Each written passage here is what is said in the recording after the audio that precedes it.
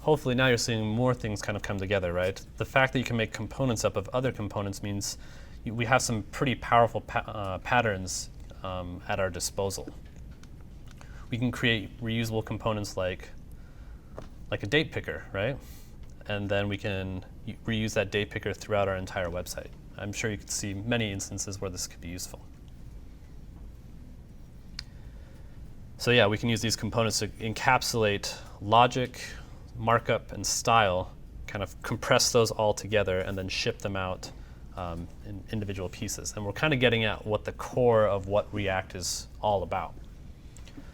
So at least for me, I used to write Backbone, and I used to write a decent amount of Angular pre-1, like 0.8, I think is what it was when I was writing Angular, maybe Angular 1. And they were kind of all-inclusive frameworks, right? They kind of emulated like MVC on the server. It felt a lot like writing something like Django or Rails or something like that. We'd have the model, you'd have the view, and you'd have the controller, right? And you'd have the model sit on one end, you'd have the view sit on the other, and then the controllers kind of routing to each other.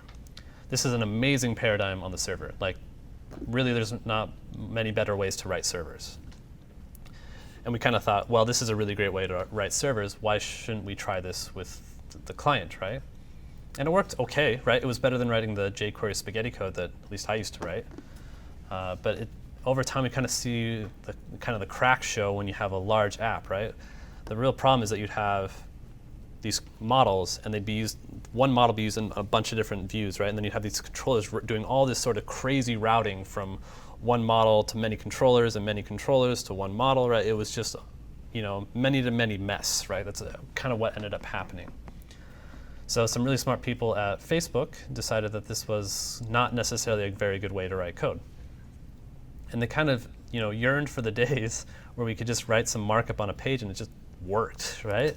So they kind of went forward with that idea that, well, why don't we embrace the paradigm of what's on the web, which is components, right?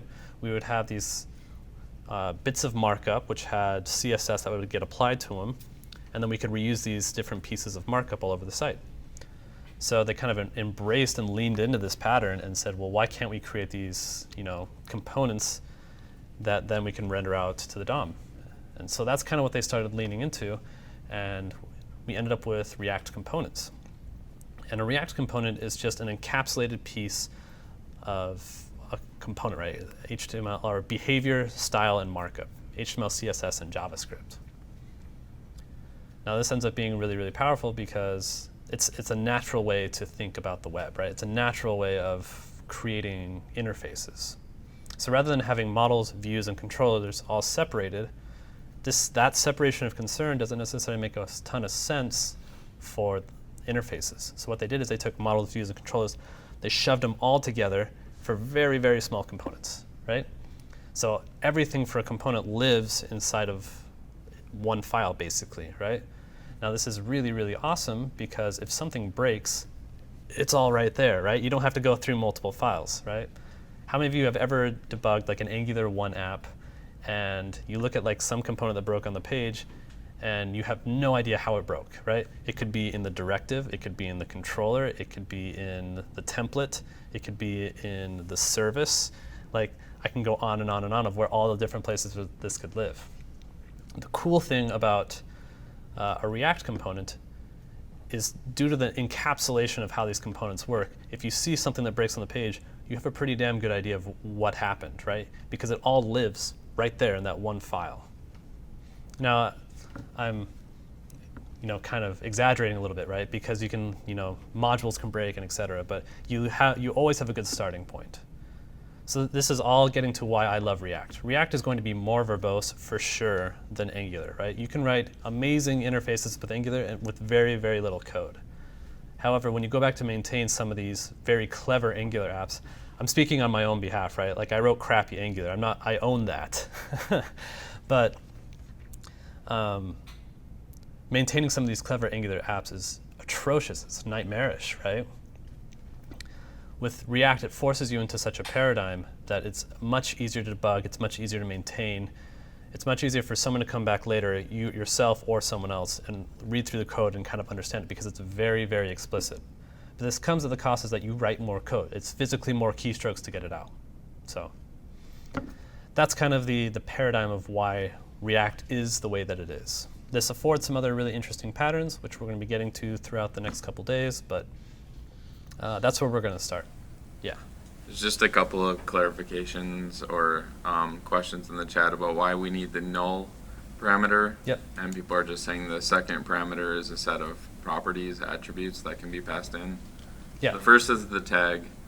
Yeah. The second is I'll properties. talk about it here in just a sec. The third is the child element. Mm-hmm. And then, yeah, why do we need to do two React create element together and you're just showing nesting?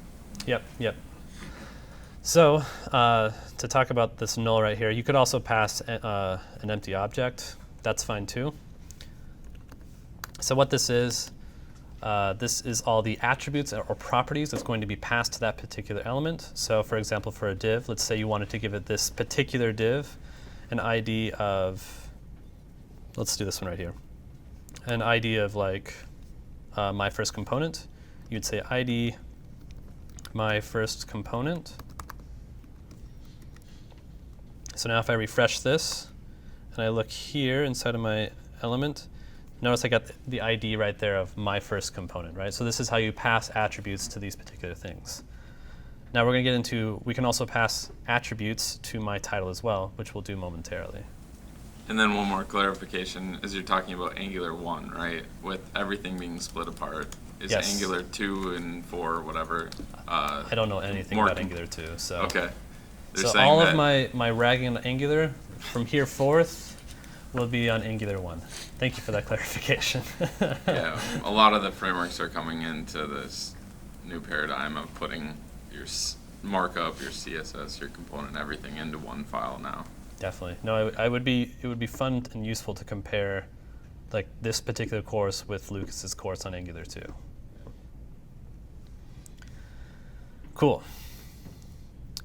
So yeah, someone asked about why we're doing multiple create elements, right? This is how you create, like, for example, a div, right? And then inside of that div, right? So notice that we're still inside of this particular parenthesis from this one. We're doing nesting, right? And here, instead of putting text, we could actually put more create elements, right? It's like HTML. There's infinite nesting that you can do. So that's what's going on there.